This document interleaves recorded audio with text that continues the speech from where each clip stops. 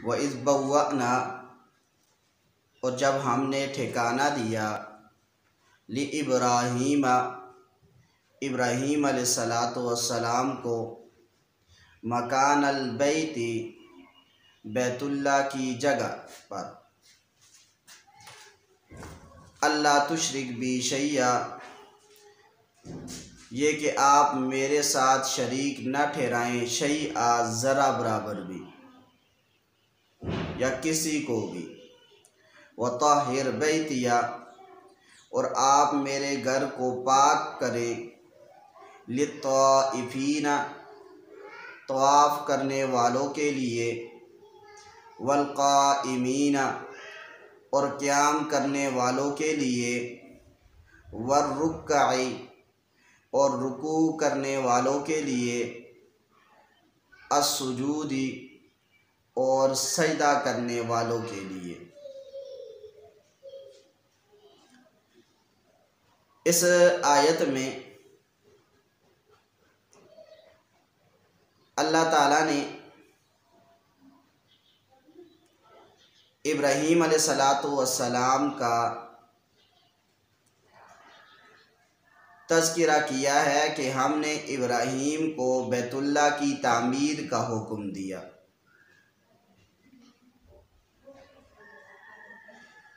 जिस वक्त हज़रत नूह अलैहिस्सलातु वस्सलाम की कौम पर तूफ़ान आया था, इस तूफ़ान के आने की वजह से बैतुल्लाह जो है ये बिल्कुल मिट गया था।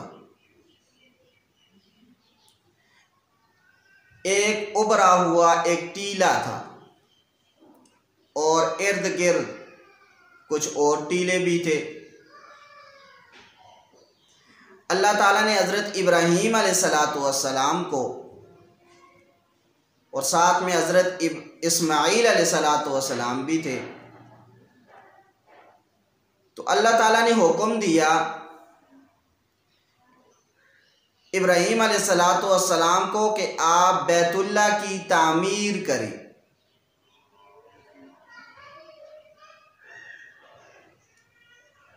इब्राहीम अलैहिस्सलातु वस्सलाम ने बैतुल्लाह की तामीर शुरू की।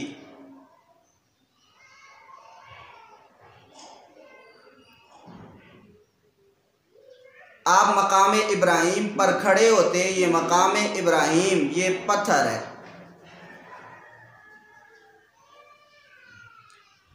इस पर खड़े होके आपने बैतुल्लाह की तामीर को शुरू किया। ये ऐसा पत्थर था कि इसके नीचे फटे वगैरह लगाने की ज़रूरत नहीं पड़ती थी, बल्कि ये खुद चलता था।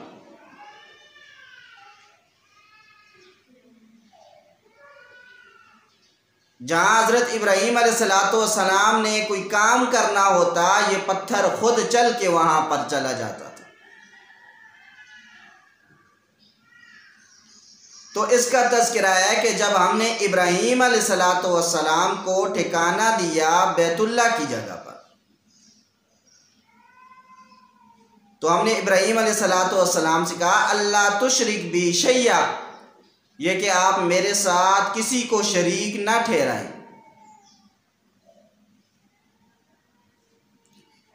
देखिए इब्राहीम अलैहिस्सलातु वस्सलाम ये पैगंबर हैं।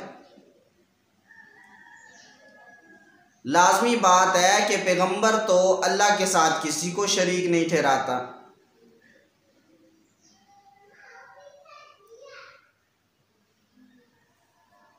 क्योंकि जो पैगंबर होता है वो मासूम अनिल खता होता है। अल्लाह ताला उसको गुनाहों से बचाते हैं।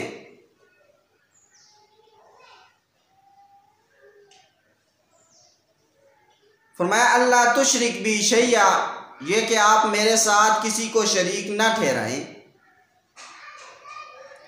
ये हमें सुनाना मकसूद है। वताहिर बैतिया, और आप मेरे घर को पाक साफ रखें।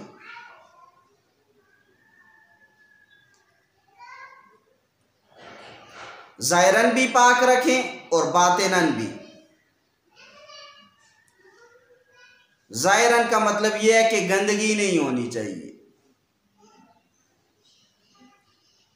बातिनन ये है कि इसके अंदर बुत वगैरह ये चीज़ें भी नहीं होनी चाहिए, क्योंकि मुशरिकीन ने बैतुल्ला के अंदर 360 बुत रखे हुए थे और कहते ये हैं कि हम मिल्लत इब्राहीम पे हैं, हालांकि मिल्लत इब्राहीम पर न थे। क्यों? अल्लाह तो अपने नबी को, अपने पैगंबर इब्राहीम खलीलुल्लाह को हुक्म दे रहे हैं कि अल्लाह तुशरिक बी शैया व ताहिर बैतिया,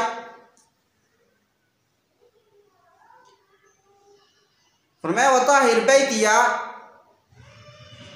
आप पाक रखे मेरे घर को, लित्ताइफीना, तवाफ करने वालों के लिए, वल काइमीना, और क़याम करने वालों के लिए, वर रुक्का सुजूद, और रुकू और सुजूद करने वालों के लिए, व अज़्ज़िन फिन्नासी, और ऐलान करें लोगों में, बिल हज, हज का। जब तामीर मुकम्मल हो गई तो फरमाया कि आप जबल अबू कुबैस इस पर खड़े हों और खड़े होके ऐलान करें लोगों के लिए, व अज़्ज़िन फिन्नास बिल हज, और आप ऐलान करें लोगों में हज का, या तू का रिजालन, वो आएंगे आपके पास पैदल चलकर, या आएंगे आपकी तरफ पैदल चलकर, व अला कुल्लि ज़ामिरीन, और हर लागर ऊँट या ऊँटनी पर, या तीना, जो आएंगे मिन कुल्लि फज्जिन अमीक, हर दूर दराज के रास्ते से। तफसीर के अंदर ये बात लिखी है, इब्राहीम अलैहिस्सलातु वस्सलाम ने जबले अबू कुबैस, ये सबसे पहला पहाड़ है जिसको अल्लाह ताला ने ज़मीन पर कील के तौर पे रखा था, तो इस पर खड़े हुए और ऐलान किया है। तो मुफस्सिरीन ने लिखा है तमाम वो लोग जो हज या उम्रा करेंगे, इन तक ये आवाज़ पहुंची है, चाहे वो अपनी माँ के पेट में ही क्यों ना हो, रहमों में ही क्यों ना हो, पुश्त में ही क्यों ना हो,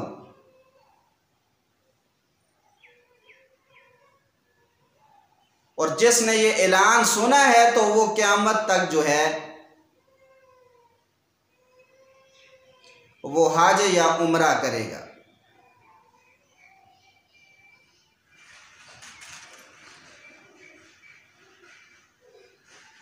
फरमाया यातीना, जो आएंगे मिन कुल्लि फज्जिन अमीक, हर दूर दराज के रास्ते से,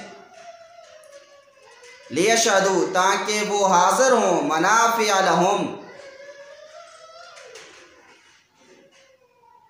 फ़ायदे की जगह पर जो उनके लिए। देखें, इसमें दीनी फ़वाइद भी बहुत हैं और दुनियावी फ़वाइद भी बहुत हैं। मैं सिर्फ एक एक फ़ायदा आपके सामने बयान करता हूँ। दीनी फ़ायदा ये है कि जो शख्स या जो औरत हज करती है तो अल्लाह ताला उसको बुलंद मकाम अता करते हैं, उसके तमाम गुनाहों को माफ़ फरमा देते हैं।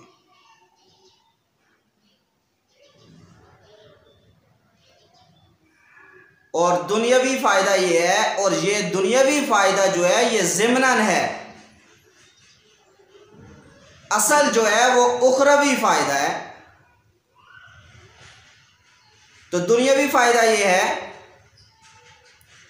ताकि वहां पर लोग जाके कुछ चीजें बेच भी सकें और कुछ चीजें खरीद भी सकें।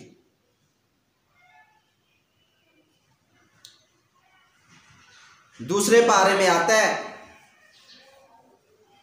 सहाबा रिजवानुल्लाहि अलैहिम अजमाइन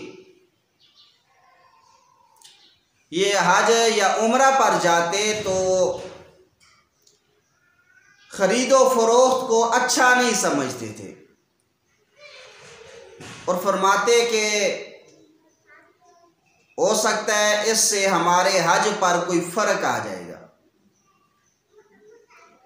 तो अल्लाह ताला ने कुरान करीम के अंदर आयत उतारी, लैसा अलैकुम जुनाहुन अन तब्तगू फज़लन मिन रब्बिकुम,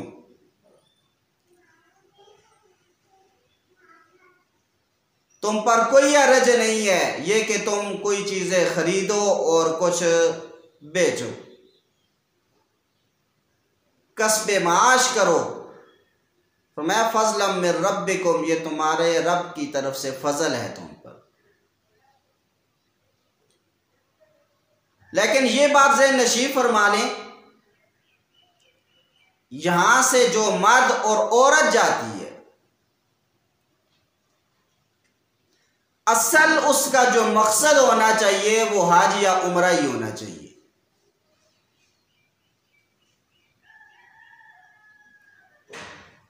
ये जो खरीदो फरोख्त है ये ज़िम्ना ना आनी चाहिए।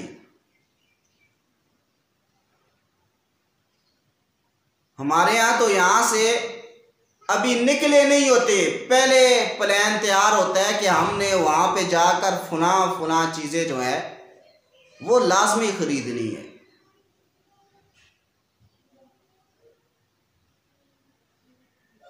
यानी हमारी नीयत जो है वो हज और उम्रे से ज़्यादा जो है खरीदो फरोख्त की होती है।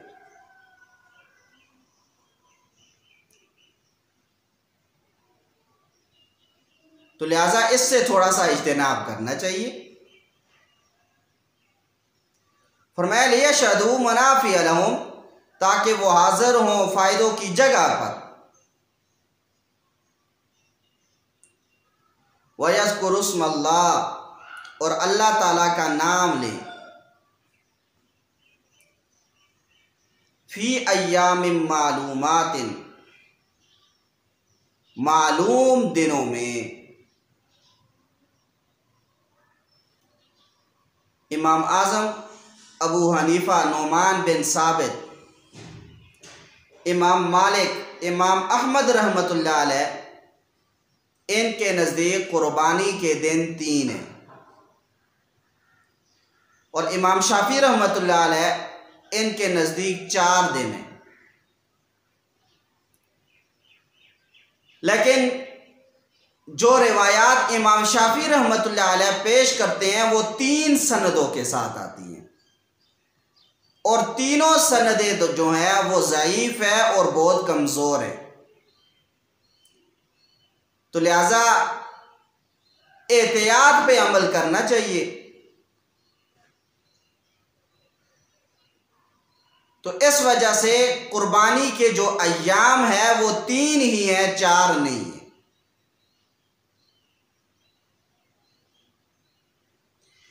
इसी तरीके से एक मसला भी यहां पर समझ लें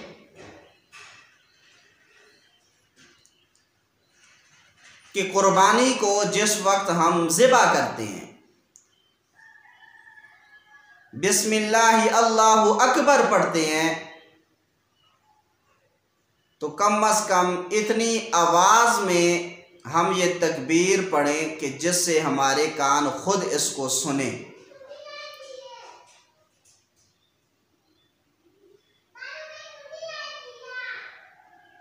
जैसे हम नमाज में जब तकबीर कहते हैं तो कम अज़ कम इतनी आवाज़ से हो कि हमारे कान खुद उसको सुने।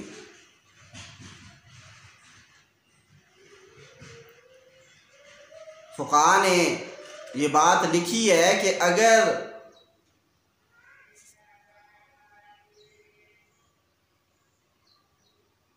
कोई शख्स या कोई मर्द या कोई औरत ये ज़िबा करती है और तकबीर जो है वो आहिस्ता आवाज में कहती है,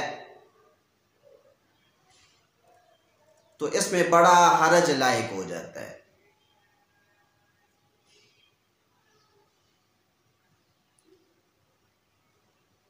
तो जिस तरीके से मर्द कुर्बानी को ज़िबा कर सकता है, ऐसे ही औरत भी कर सकती है।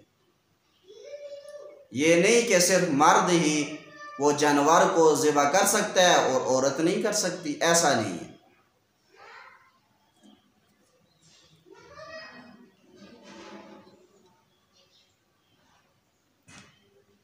फरमाया वयज़्कुरुस्मल्लाह, और अल्लाह ताला का नाम लें, फ़ी अय्यामिन मालूमात, मालूम दिनों में, अला मा रज़क़हुम, उस चीज़ पर जो अल्लाह ताला ने उनको रिज़्क़ दिया है, मिन बहीमतिल अनाम, चौपाए और मवेशियों में से।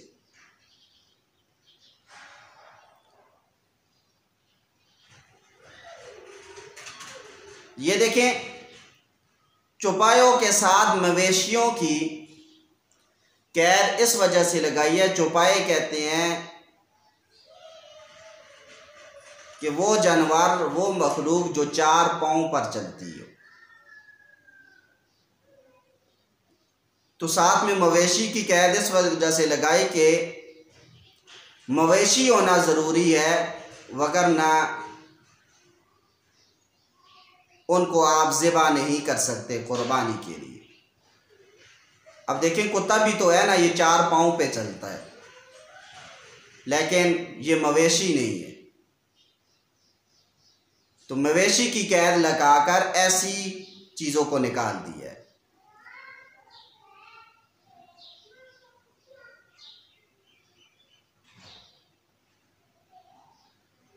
यहाँ पर तो इजमाल है, सूरह अनआम में जो है इसकी तफसील मौजूद है कि वो कौन कौन से जानवर हैं जिनको ज़िबा किया जा सकता है।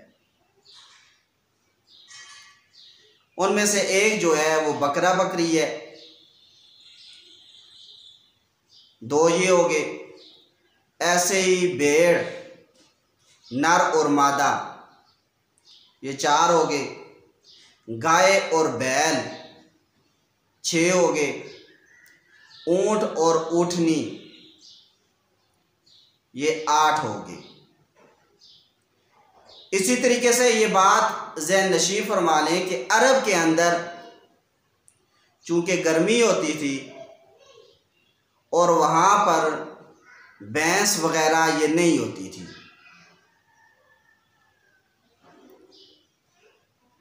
क्योंकि भैंस जो है ये ठंडे इलाके का जानवर है। तो इस वजह से जब गाय कह दिया है तो अल जामूसु नौउम मिनल बकरी, ये जो भैंस है ये गाय ही की किस्म है, तो लिहाजा इसकी कुर्बानी करना गोया गाय की ही कुर्बानी करना है, उसी की नौ है। इस वजह से बाज़ हज़रात जो ये बात कहते हैं कि नहीं भैंस की कुर्बानी नहीं होती, तो ये बिल्कुल गलत कहते हैं। भैंस की कुर्बानी करना ये भी जायज़ है, क्योंकि ये बकर ही की किस्म है, गाय ही की किस्म है।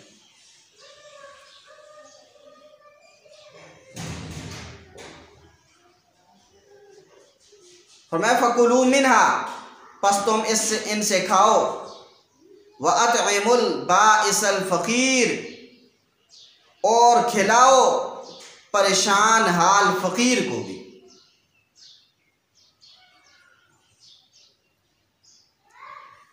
एक मसला भी यहाँ पर समझ लें। देखें, जिस वक्त हम कुर्बानी करते हैं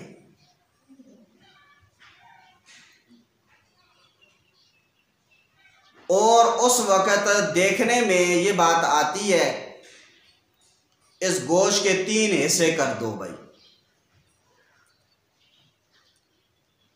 एक वो रसा का, एक अपना और एक जो है ये यतीम फ़कीर, इनके लिए।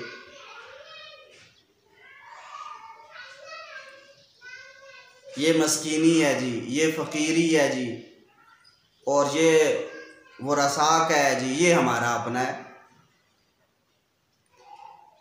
देखिए, ऐसे अगर करके दे दिया जाए तो ये अच्छा है, इसमें हरज की बात नहीं है।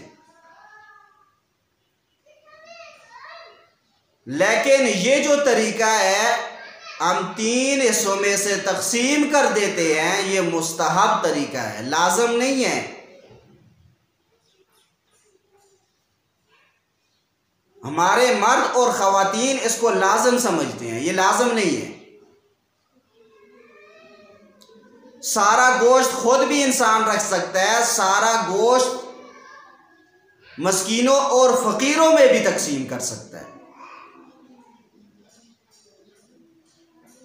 असल मसले की हमें समझ आनी चाहिए।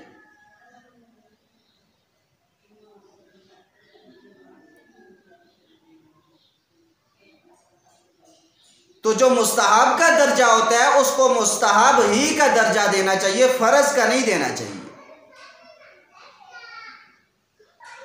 फुक़हा ने यहाँ तक ये बात लिखी है कि अगर देखा जाए कि मुस्तहब को लोग फ़र्ज का दर्जा देते हैं तो उस सूरत में मुस्तहब को छोड़ना ये बेहतर है, क्योंकि इसकी हैसियत हमने तब्दील कर दी है। शरीयत ने जो इसकी हैसियत रखी थी हमने उसको तब्दील कर दिया है। तो इस वजह से अगर 3 हिस्से कर दिए जाएं तो इसको लाजम नहीं समझना चाहिए।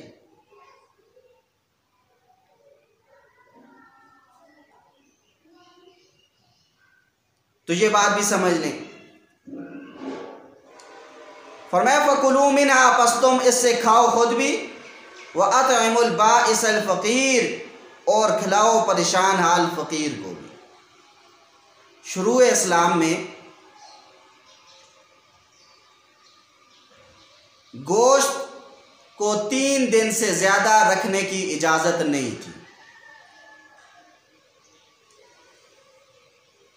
लेकिन जब दूसरा साल आया सहाबा ने नबी अलैहिस्सलातु वस्सलाम से पूछा कि क्या इस साल भी हमारे लिए यही हुक्म है कि हम 3 दिन से ज़्यादा गोश्त ना रखें?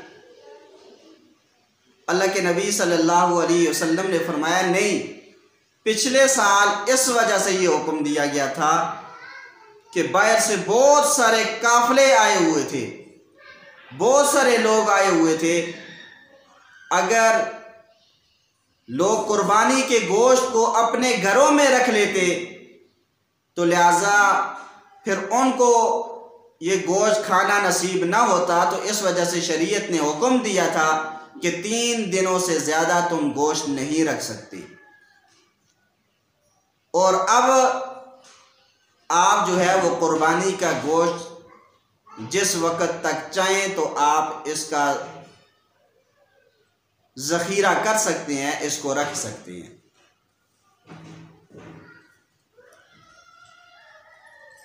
लेकिन फिर भी इंसान को ज़्यादा दिनों तक इसको ज़ख़ीरा नहीं करना चाहिए। इर्द गिर्द महल्ले में हमें देखना चाहिए वो लोग जिन्होंने कुर्बानी नहीं की है, हमें चाहिए कि हम उनको गोश्त पहुंचाएं। हमारे यहाँ ये है कि जो बाहर से आते हैं मांगने के लिए उनको हम नहीं देते हैं ये गोश्त, और जिन्होंने कुर्बानियाँ की होती हैं तो उनको जाके पहुंचा के आते हैं। हालांकि चाहिए ये था कि जिन्होंने कुर्बानियाँ की हैं उनका तो अपने पास गोश्त बहुत है, उन्होंने खुद जब कुर्बानियाँ की हुई हैं तो जिन्होंने नहीं की हुई उनको देना चाहिए था। बहरहाल हमारा हर मामला ही उल्टा है। तो इस वजह से इन चीज़ों की थोड़ी सी रियायत करनी चाहिए। देखिए, हम जिसने कुर्बानी की है उसको गोश्त देते हैं, लाजमी बात है उसने की है वो भी हमें देता है, तो लिहाजा मामला तो बराबर हो गया। ठीक है, सवाब मिल जाता है इसमें भी, लेकिन इससे ज़्यादा सवाब तो उसमें है ना किसी फ़कीर को दिया जाए, जो जिसके पास गोश्त खाने की ताकत नहीं है उसको दिया जाए। उसको जब देंगे तो अल्लाह ताला इस पर ज़्यादा सवाब अनायत फरमाएंगे।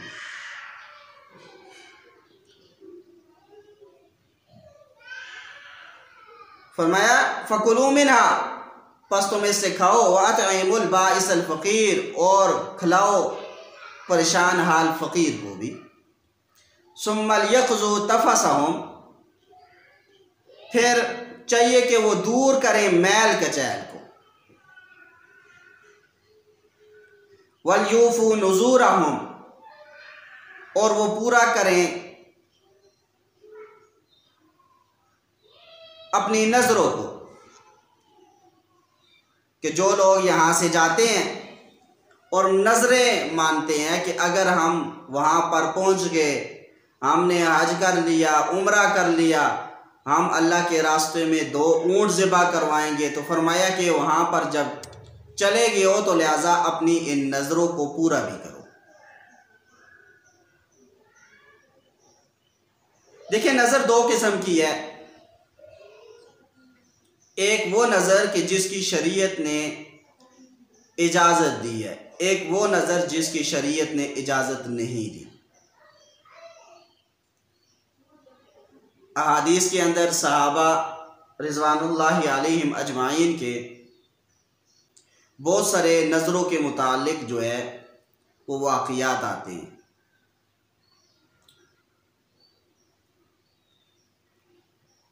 मसलन एक शख्स है, एक सहाबी थे, अब नज़र मानी, गालिबन हज़रत उमर ही थे, कि अगर मेरा फ़लाँ मसला पूरा हो गया तो मैं बैतुल्लाह का हज करूँगा या उसका तवाफ़ करूँगा। अब जब इस्लाम लाए, अल्लाह के नबी सल्लल्लाहु अलैहि वसल्लम से पूछा, फरमाया कि हाँ, इस नज़र को तो पूरा करो। इससे पता चलता है कि शरीयत के अंदर जो नज़र जायज़ है उसको पूरा करना आप पर लाजम भी है। और अगर कोई शख्स ऐसा है कि जो ये नज़र मानता है कि अगर मेरा फलां काम हो गया ना तो मैं शेख अब्दुल कादिर जिलानी के नाम का बकरा ज़िबा करूँगा, तो इसकी शरीयत इजाज़त नहीं देती, ये शिर्क है, तो लिहाजा ऐसी नज़र ये वाकई भी नहीं होगी।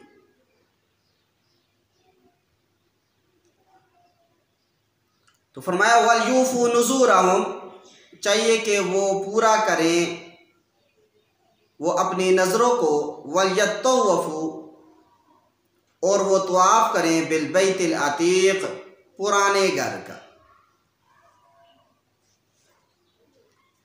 ज़ालिका, यही कुछ होना चाहिए। वमन युअज़्ज़िम हुरुमातिल्लाह, और जो शख्स ताज़ीम करता है अल्लाह ताला की इज़्ज़त वाली जगहों की, फ़हुवा खैरुल लहू, बस वो उसके लिए बहुत बेहतर है, इंद रब्बिही, उसके रब के यहाँ। व उहिल्लत लकुमुल अनआम, और हलाल किए हैं तुम्हारे लिए चौपाए मवेशी, इल्ला, मगर मा युतला अलैकुम, मगर वो जो तुम्हें पढ़कर सुनाए जाते हैं। अब उनका तज़किरा यहां पर नहीं है, छठे पारे के अंदर है। वो जानवर के जिनका तुम्हें बताया जाता है कि ये हलाल नहीं है बल्कि ये हराम है। छठे पारे में है हुर्रिमत अलैकुमुल मैततु, हराम करार दिए गए हैं तुम पर मुर्दार कि जिसको इंसान ज़िबा ना करे बल्कि वो खुद ही मर जाए, तो फरमाया ये हराम है। वद्दमु, और ऐसे ही खून, जानवर का जो खून है ये भी हराम है। वलहमुल खिंजीर, और ऐसे ही खिंजीर का जो गोश्त है ये भी हराम है। खिंजीर नजसुल ऐन है। वमा उहिल्ला लिगैरिल्लाह, और जो गैरुल्लाह के नाम पर जानवर ज़िबा किया जाए तो फरमाया वो भी हराम है। वल मुनखनिकतु, और जो गला घुटने से मर जाए तो वो भी हराम है। वल मौकूज़तु, और जो चोट लगने से मर जाए, जख्म लगने से मर जाए तो वो भी हराम है। वल मुतरद्दियतु, और जो ऊंची किसी जगह से नीचे गिरा है और मर गया है तो ये भी हराम है। वन नतीहतु, और जिसको किसी दूसरे जानवर ने सींग मारा है उसकी वजह से मर गया तो वो भी हराम है। वमा अकल सबउ, जिसको दरिंदों ने खाया हो उनका बचा हुआ भी तुम्हारे लिए जायज़ नहीं है, हराम है। हाँ, इल्ला मा ज़क्कैतुम, मगर ये कि जिसको तुम खुद ज़िबा कर लो। वमा ज़ुबिहा अला नुसुबि, और जो बुतों के नाम पर ज़िबा कर दिया जाए तो वो जानवर भी हराम है। ये कुछ जानवर थे जिनके मुतालिक फरमाया कि ये हराम है तुम पर।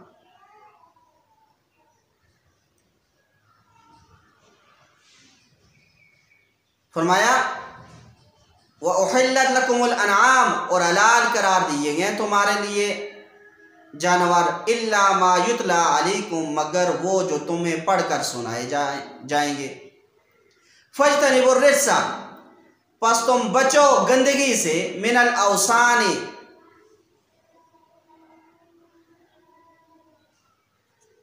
जो बुत हैं, वज्तनिबू, और इज्तनाब करो, कौल ज़ूर, झूठी बात से। तो लिहाजा बुतों की इबादत से भी हमें बचना चाहिए और झूठी बात से भी। एक हदीस मुबारक के अंदर आता है, हदीस का मफहूम है, अल्लाह के नबी सल्लल्लाहु अलैहि वसल्लम ने फरमाया कि मोमिन के अंदर हर ऐब हो सकता है लेकिन मोमिन कभी झूठ नहीं बोल सकता। तो आज हम देखें कि हम झूठ बहुत ही आसानी से बोल देते हैं, तो इससे पता चलता है कि हम कामिल मोमिन नहीं है। तो इस वजह से इंसान को, बंदे को कामिल मोमिन होना चाहिए। हदीस मुबारक के अंदर आता है अल-किज़्बु आदतुन शनीअतुन, ये झूठ जो है ये बहुत बुरी खसलत है, तो लिहाजा इससे इज्तनाब करना चाहिए। कुछ जगह ऐसी हैं जहाँ पर झूठ बोलना शरीयत ने वहाँ पर इंसान को गुंजाइश दी है, जायज़ करार दी है। मसलन दो आदमियों की आपस में लड़ाई हो गई है, अब वो एक दूसरे को देखना पसंद नहीं करते। ये जो सालिस है जो इनके दरमियान सुलह करवाना चाहता है, ये एक के पास जाता है और दूसरे के पास जाता है, हालांकि दोनों एक दूसरे को देखना पसंद नहीं करते, और ये एक के पास भी जाके कहता है यार वो तो आपकी बड़ी तारीफ़ें कर रहा था, कह रहा था बस ये बड़े नेक आदमी है, गलती हो गई है, और दूसरे के पास भी जाके ऐसे ही कलिमात कहता है, यहाँ तक कि इन दोनों की आपस में सुलह करा देता है। तो फरमाया इस जगह पर झूठ बोलना ये जायज़ है, बल्कि सवाब है। तो ऐसे ही अगर मियाँ बीवी के दरमियान कोई ऐसा मामला हो जाता है तो बीवी या शोहर ये झूठ बोल देते हैं उस मामले को ख़त्म करने के लिए, तो फरमाया ये भी ठीक है, लेकिन वो मसला ऐसा होना चाहिए शरीयत में उसकी गुंजाइश भी हो। हाँ, ये ना हो कि अल्लाह ना करे कि कोई किसी को तलाक दे दे और बाद में झूठी कस्में उठाना शुरू कर दे और कहे कि नहीं मैंने तो तलाक दी नहीं थी, और साथ में कस्में उठा रहा है और ये समझे इस पर मुझे सवाब होगा, इस पे सवाब नहीं होगा। तो लिहाजा वो मसला भी ऐसा होना चाहिए शरीयत के अंदर जिसकी गुंजाइश भी हो। फरमाया वज्तनिबू, और बचो कौल ज़ूर, झूठी बात से, हुनफा अलिल्लाह, यकसू हो अल्लाह ताला के लिए, गैर मुशरिकीन भी, ना शिर्क करने वाले अल्लाह ताला के साथ हो, यानी अल्लाह ताला के सामने यकसू भी हो और अल्लाह ताला के साथ शरीक ठहराने वाले भी ना हो। हुनफा अलिल्लाह, यकसू हो अल्लाह ताला के लिए, गैरा, ना के मुशरिकीन भी, उसके साथ शरीक ठहराने वाले। वमन युशरिक बिल्लाह, और जो अल्लाह ताला के साथ शरीक ठहराता है, फ़कअन्नमा खर्रा मिनस समा, बस ऐसे ही है जैसा कि वो आसमान से गिरे, फ़तख्तफ़ुहु तैरु, उसको परिंदे उचक लें, औ तहवी बिहिर रिहु, या उसको फेंक दे हवा, फी मकानिन सहीक, किसी गहरी जगह में।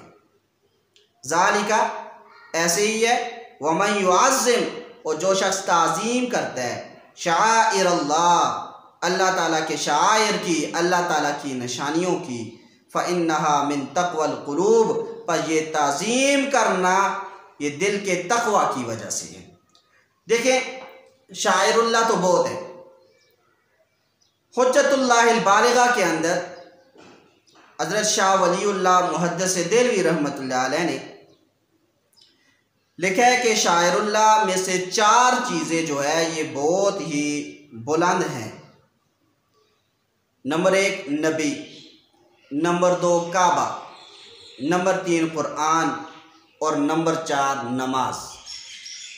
तो ये बड़ी जो 4 चीज़ें हैं, ये शायरुल्लाह में से ये 4 चीज़ बहुत बड़ी हैं और बहुत बुलंद हैं।